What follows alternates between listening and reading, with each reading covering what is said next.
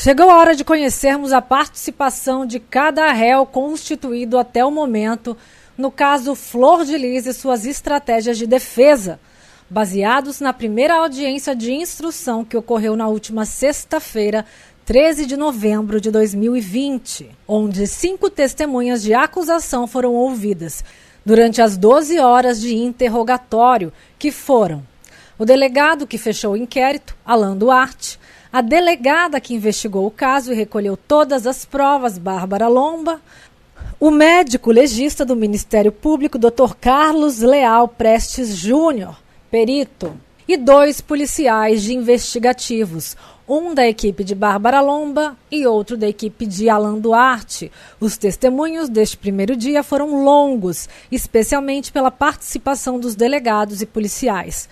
Durou 12 horas com um único intervalo de 10 minutos e um outro de 2 minutos, presididos pela juíza Neari dos Santos Arce, da 3ª Vara Criminal de Niterói.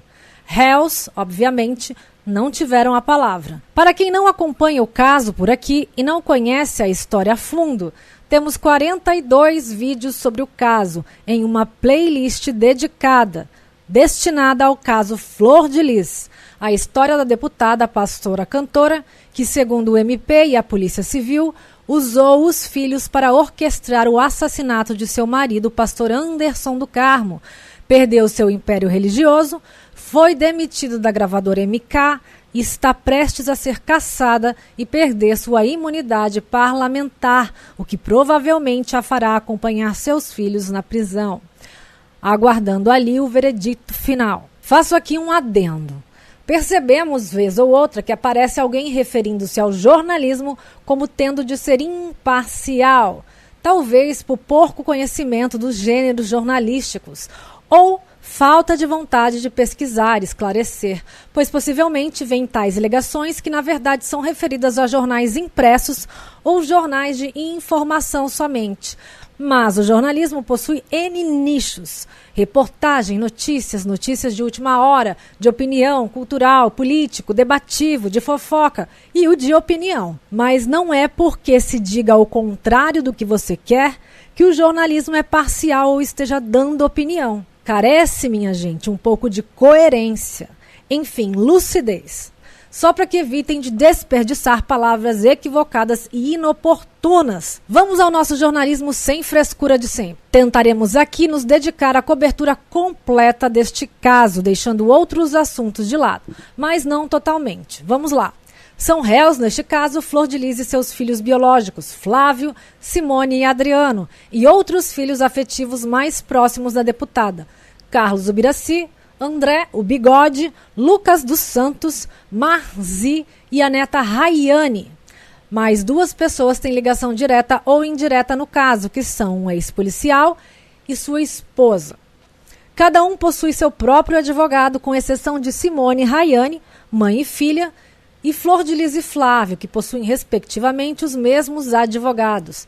As informações expostas aqui têm em base os autos do processo e a primeira parte da audiência de acusação, onde todos os ouvidos deram exatamente a mesma versão, com margens de pequenos esquecimentos em relação aos delegados, pois ambos já foram transferidos do caso e algumas especificidades já lhes fugiu à mente. Mas que vieram depois, com os 2 policiais investigativos com memória invejável. Vamos lá.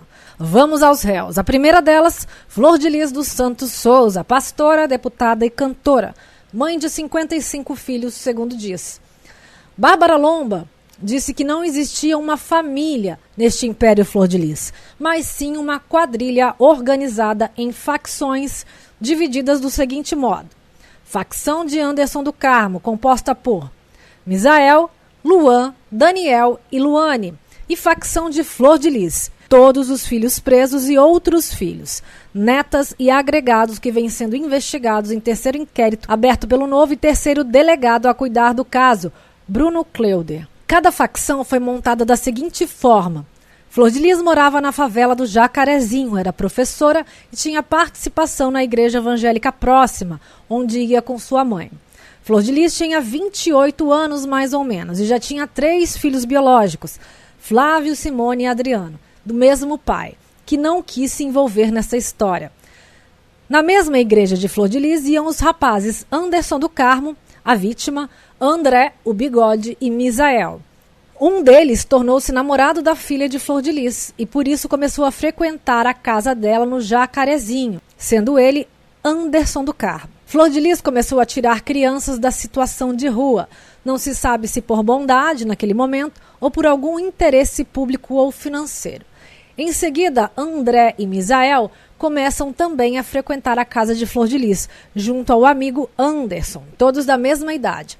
Flor de Lis resgatou mais de 30 bebês nessa época e precisava de ajuda, e então os convenceu a morar ali e ajudá-la, sob o preceito da religião.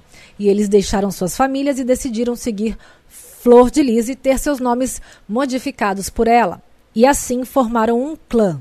O filho mais velho de Flor de Lis se revolta com esta reestruturação familiar, não entendendo nada, e por isso decidiu ir morar com sua avó, mãe de Flor de Lis. Aliás, antes de ser preso, Flávio dividia o quarto com a avó.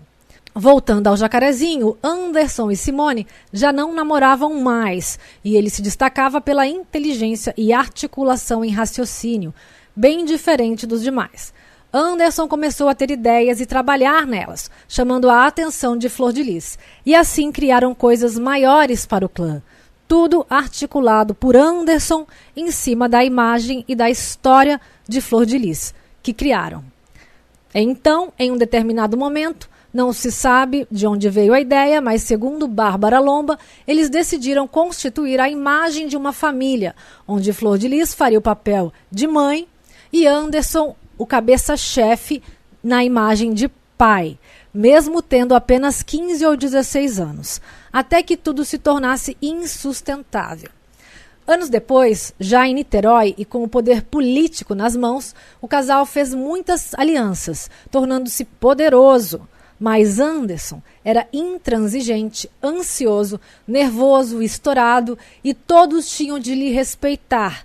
Queria ter o poder e a autoridade final, mas poucos estiveram ao seu lado. E ele também, ao mesmo tempo, não via ninguém como filho, que não fosse Daniel, Isabel e Anabel, segundo fontes. Flor de Lis tinha o poder de cativar e manipular os filhos, que a viam como uma entidade, a idolatravam, especialmente Marzi. Muitos ali queriam ter apenas o seu amor, como Lucas, por exemplo, e a própria Marzi. Os filhos, segundo fontes, foram doutrinados por Flor de Lis e Anderson sob os preceitos da religião. Não se sabe se em algum momento Anderson e Flor de Lis tivessem tido real interesse ou envolvimento espiritual com a religião evangélica, mas ela funcionava com alguns filhos e tornou-se um oportuno ganha-pão para o casal. Acelerando um pouco, Anderson exigia ter o controle total de tudo relacionado a Flor de Lis, do ir e vir, do dinheiro, de tudo. Ficou insustentável. Anderson queria equiparar a condição de todos dentro da casa, para que tivessem os mesmos direitos e deveres, mas eles não concordavam e a cada dia odiavam mais ainda Anderson.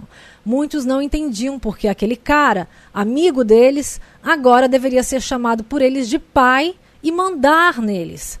Por outro lado, Anderson resolvia absolutamente tudo sobre Flor de Lis. Não a incomodava com nada. Portanto, ela não tinha entendimentos burocráticos, políticos, por exemplo. Mas chegou um momento que Flor de Lis não aguentou mais e então tinha em seu gabinete, em Brasília, Luciano, quem nomeou como chefe de seu gabinete. Anderson, em determinado momento, começou a desconfiar que Luciano estivesse mancomunado com Flor de Lis para passar tudo a ele, aos poucos, e então, para então poder chutá-lo para escanteio. E foi tirar satisfação, mas não acontecia nada, e ele começou a sentir que sua autoridade pedia forças. Os filhos também a desestimulavam em relação a Anderson. Simone teve câncer e tinha que pedir dinheiro para comprar suas medicações, que não eram dadas com muito agrado, ou seja, ele queria ter domínio absoluto sobre o dinheiro da família e, inclusive, retirou o seguro de saúde de Carlos Ubiraci, sua esposa, imediatamente após eles começarem a trabalhar. Anderson, nos últimos dias, segundo fonte, teria pedido para se livrarem de um pouco daquelas crianças, justificando que eles não precisavam mais disso. Com essas palavras, Outra coisa importantíssima para quem não tem tanta intimidade com o direito. Neste momento, estão sendo feitas somente as acusações. Portanto, vamos, obviamente, falar de acusações e não de defesas. Introdução feita, agora vamos aos réus. Flor de Lis, pastora, cantora, deputada federal e mãe adotiva de 55 filhos, acusada de ser mandante e mentora do crime que tirou a vida de seu esposo, o que já teria tentado outras vezes sem sucesso. Por que não está presa? Porque possui imunidade parlamentar que está prestes a perder e deverá acontecer em janeiro de 2021. Flor de Lis preteria os filhos que não fossem de primeira geração, queria mais possibilidade de gerir sua vida e carreira e de utilizar do dinheiro feito em cima de sua imagem com mais liberdade, o que não acontecia de boa vontade pela vítima. Eram responsáveis pelo dinheiro Anderson com a ajuda de Misael e André era o tesoureiro das igrejas. Vamos falar dos acusados e pelos crimes que respondem. Simone, filha biológica de Flor de Lis, foi namorada do pastor na infância. Casou-se com André Bigode e teve 4 filhos, sendo Rayane, que está presa, adotiva. Segundo a delegada Bárbara Lomba, estes casamentos também eram impostos por Flor de Lis e Anderson. Simone e André tiveram 4 filhos, sendo eles Rayane, que está presa, adotiva, Gabriela, adotiva, e os 2 filhos biológicos de Simone e André, netos de Flor de Lis. Estes últimos não eram bem-vindos perante os preceitos da igreja, por supostamente serem homossexuais, e são eles Ramon e Lohane. Lohane vem sendo investigada em terceiro inquérito, possui uma personalidade difícil e, ao mesmo tempo, carência da mãe. Ora se mostra revoltada com a avó, ora apoia. Ramon foi quem supostamente teria contido a avó no momento pós-crime e foi quem ligou para o SAMU, que ao ser questionado pelo médico por telefone sobre o estado da vítima, ele teria respondido: já era já. Um modo leviano de responder, incompatível para alguém que acaba de perder o avô.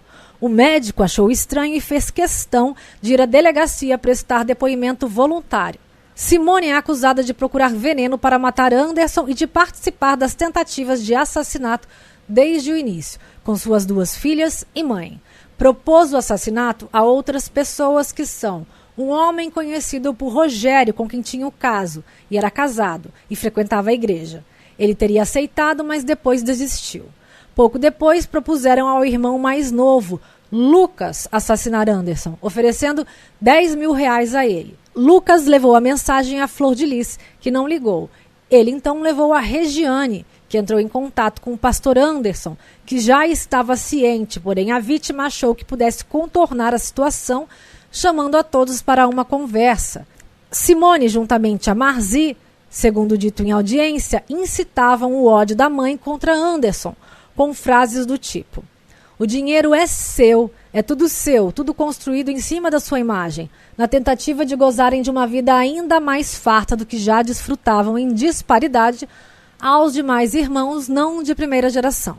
Simone sabia de tudo sobre o crime. Ela teve câncer há um tempo atrás. Vamos à estratégia de defesa da advogada de mãe e filha, que se apoiou até o momento em Simone. A tentativa, até então, pelo que foi visto no tribunal, é tentar desqualificar a idoneidade do pastor assassinado, sensibilizar pelo câncer que teve Simone. A advogada de ambas perguntou à delegada Bárbara Lomba e a todos os depoentes, com exceção do legista, se eles sabiam que Simone fazia tratamento contra um câncer e se sabiam que quem dava dinheiro a ela era Anderson e se eles sabiam o preço que Simone tinha de pagar por isso. Ou seja, está indo por esse lado até o momento. O assistente de acusação, por sua vez, perguntou à delegada se ela sabia que o câncer de Simone havia sido curado há anos antes do assassinato do pastor. Simone responde por homicídio triplamente qualificado, tentativa de homicídio triplamente qualificado e associação criminosa majorada. Flávio, desde o início das adoções no Jacarezinho, se revoltou por perder a atenção da mãe para tanta gente e nunca superou isso. Flávio foi morar com a avó e, na época do crime, dividia o quarto com ela na casa de Flor de Lis, onde a arma 9mm foi encontrada pela polícia. Flávio era violento e desequilibrado, segundo a acusação relatou. Ele pediu ao irmão Lucas para levá-lo a alguém que pudesse vendê-lo uma arma nova, porque ele já tinha outra. A desculpa que deu ao irmão era que ele tinha tirado porte de arma e queria ostentar, além de dar um susto na ex-esposa. Flávio foi preso pela equipe de Bárbara Lomba no enterro da vítima e permaneceu preso por ter um mandado de busca e apreensão contra ele por violência doméstica à ex-mulher. Até então, Flávio vivia escondido em Brasília. Flávio confessou de boa vontade, de modo claro e objetivo, ser o autor dos disparos e, posteriormente, com um advogado já constituído, voltou atrás e deu outra versão. Na perícia foi encontrado um pelo na pistola, possivelmente por conta de o executor tê-la apoiado na cintura por dentro da camisa e, então, puxando este pelo junto com a arma. Os policiais da Delegacia de Homicídios de Niterói utilizaram uma garrafa de água descartada por Flávio para conseguir a amostra de seu DNA e realizar a comparação do pelo encontrado na arma. O teste mostrou que o pelo pertencia a Flávio, comprovando então que Flávio teria manuseado a arma utilizada para realizar a morte de Anderson. Flávio é filho biológico de Flor de Lis. A defesa de Flávio se ancora também na questão para defender seu cliente, questionando os depoentes sobre abusos sexuais relatados da parte de irmãs e sobrinhas contra Anderson, o que teria feito Flávio perder a cabeça e disparar na vítima. Flávio responde por homicídio triplamente qualificado, porte de arma de uso restrito, associação criminosa e uso de documento falso. Adriano, filho biológico de Flor de Lis, tem um tom intimidador.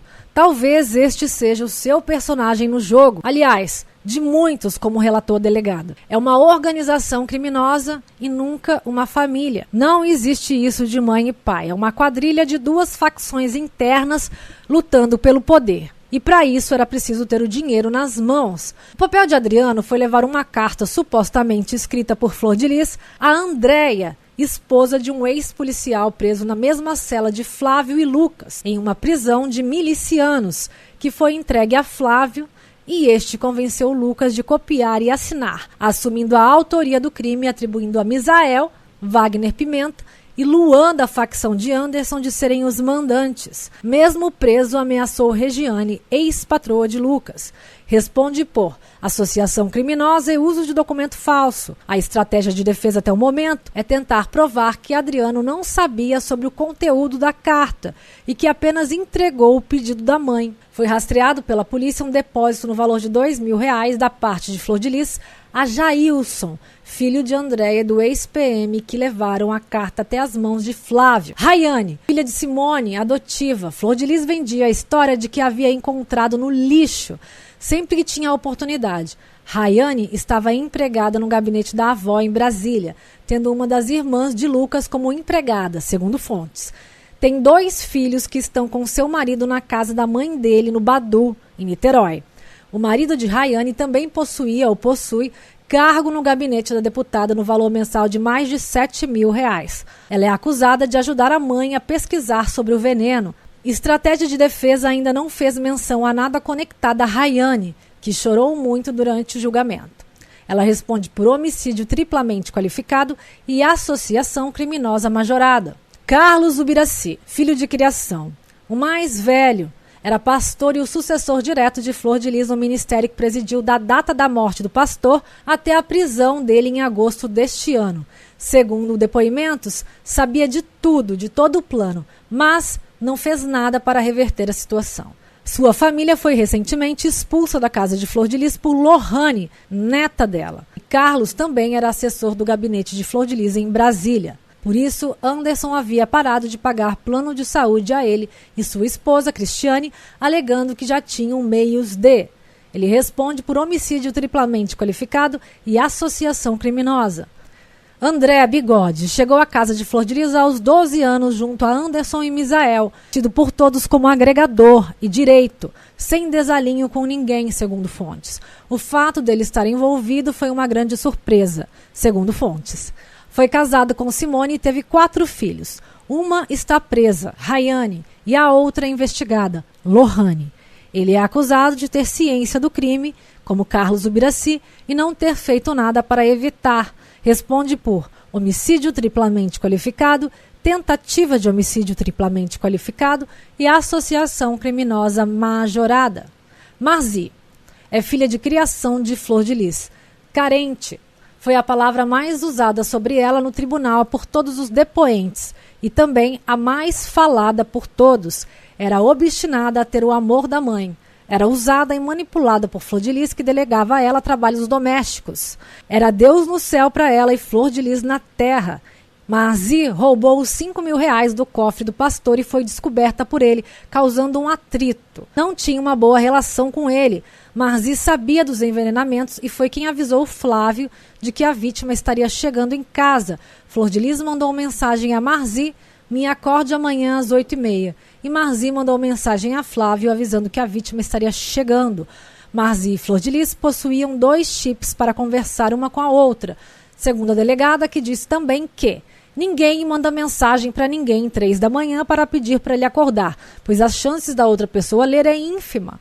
Além do mais, Marzi nem em casa estava. Ela estava na casa de Misael, cuidando do filho dele. Marzi também tinha um app de ergometria no celular, que mostrou que na data do crime, no momento exato, não parava de andar na casa de Misael de um lado para o outro. Fato estranho, pois eram 13 e pouco da manhã. Não ficou clara ainda a estratégia de sua defesa. Ela responde por homicídio triplamente qualificado, tentativa de homicídio triplamente qualificado e associação criminosa majorada. Marzi foi esculachada também pelo assistente de acusação, advogado Ângelo Máximo. Lucas completou 18 anos 4 dias antes do crime.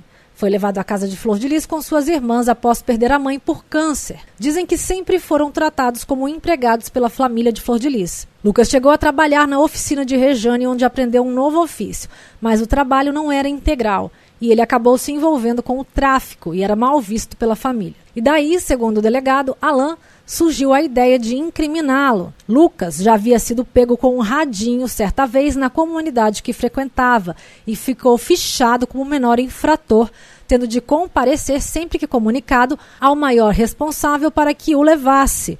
Flor de Lis soube, mas não o avisou. Então Lucas ficou com essa restrição pendente sem saber. Quando chegou à cena do crime, onde os policiais periciavam a casa, foi levado e desde então permanece preso em cela do seguro para que tenha mais segurança. Antes, nem a delegada sabia como Lucas tinha sido levado a uma prisão de milicianos, o que, segundo delegados, é incompreensível. E de lá, Flor de Lis recebia todas as informações até que a delegada tomasse conhecimento e o transferisse. O delegado Alain disse que Lucas não teria matado Anderson por vontade própria, mesmo tendo atritos, pois a arma do crime, uma 9mm, era incompatível com a renda de Lucas, que nem se trabalhasse em meses ele conseguiria comprar. Ainda não se sabe a estratégia do defensor público de Lucas, mas os depoimentos levaram à mesma questão de plano para incriminar o rapaz. Ele responde por homicídio triplamente qualificado, porte de arma de uso restrito e associação criminosa. Andréia Santos Maia é acusada de receber dinheiro para levar a carta de modo que chegasse a Lucas. Não se sabe a estratégia de defesa. Não ficou claro e pouco se manifestou em tribunal. Andréia responde por associação criminosa e uso de documento falso. Ex-PM Marcos Siqueira. Segundo a delegada Bárbara Lomba, ele responde a quase 200 anos de prisão por outros crimes. Mas neste, a participação dele foi pegar a carta que a mulher trouxe e entregar a Flávio, só isso, seu colega de cela, que entregaria a Lucas. E ele responde por associação criminosa e uso de documento falso. Não se sabe a estratégia de defesa, não ficou clara e pouco se manifestou. Estão sendo investigadas mais 4 pessoas e tem uma matéria aqui explicando. O que deu a entender é que Flor de Lis estaria delegando atribuições que eram de Anderson ao seu chefe de gabinete, para que quando chegasse a hora de matá-lo, ela não ficasse tão desamparada em determinadas questões. Flor de Lis responde por homicídio triplamente qualificado, tentativa de homicídio triplamente qualificado, associação criminosa majorada e uso de documento falso. Um dos advogados que mais indagou as testemunhas foi o de Flor de Lis, Anderson Hollenberg, que se apoiou em possíveis tentativas de desqualificar testemunhas, como é de praxe em julgamentos. As principais indagações dele aos delegados foram relatadas no vídeo anterior a este, link aqui em cima, e também na conduta da polícia durante as investigações. Deve ser levado em conta o momento em que foi feita a pergunta sobre este aspecto. Para Bárbara Lomba, por exemplo, foi feita depois de horas de depoimento. Hollenberg, com o uso da palavra, disse: doutora Bárbara, por gentileza, eu queria saber se é normal na sua equipe policiais recolherem armas e objetos de crime sem as devidas precauções. A delegada respondeu: infelizmente sim, por mais que estejam cansados de saber das devidas precauções, infelizmente ainda acontecem. Outra coisa, delegada, vocês tiveram acesso às câmeras da rua de entrada, mas não das câmeras do acesso que existe também na parte de trás da casa. Como você pode afirmar que ninguém mais possa ter tido participação no caso do crime? Como a delegada já havia sido transferida do caso, ela não tinha isso na memória e pediu ao advogado que recorresse aos autos. O seguinte depoente, um policial investigativo da equipe de Lomba, pode-se dizer, tinha uma memória que chamamos de fotográfica, não lembrando 1 ou 2 detalhes apenas. O advogado de Flor de Lis lhe fez as mesmas perguntas, que, aliás, é muito questionado por vocês aqui. Policial, é normal na sua equipe seus colegas recolherem objetos do crime sem os devidos cuidados? Ele então respondeu: pode acontecer em alguma situação imprevista, mas no caso da arma, que eu acho que é ao qual o senhor está se referindo, meu colega tinha uma estatura mais baixa e o armário onde a arma foi encontrada tinha uns 2 metros mais ou menos de altura. Ele ergueu a mão para tatear sobre o móvel, mas não imaginou que fosse encontrar a arma ali, em um lugar tão provável. Em outras palavras, ele a encontrou tendo já encostado nela. Acho que aqui algumas coisas vão se esclarecendo. Sobre as partes e questões principais do julgamento, faremos em outro vídeo para que fique mais fácil de se absorver. Voltamos com mais informações da primeira etapa da audiência de acusação referente ao caso Flor de Lis.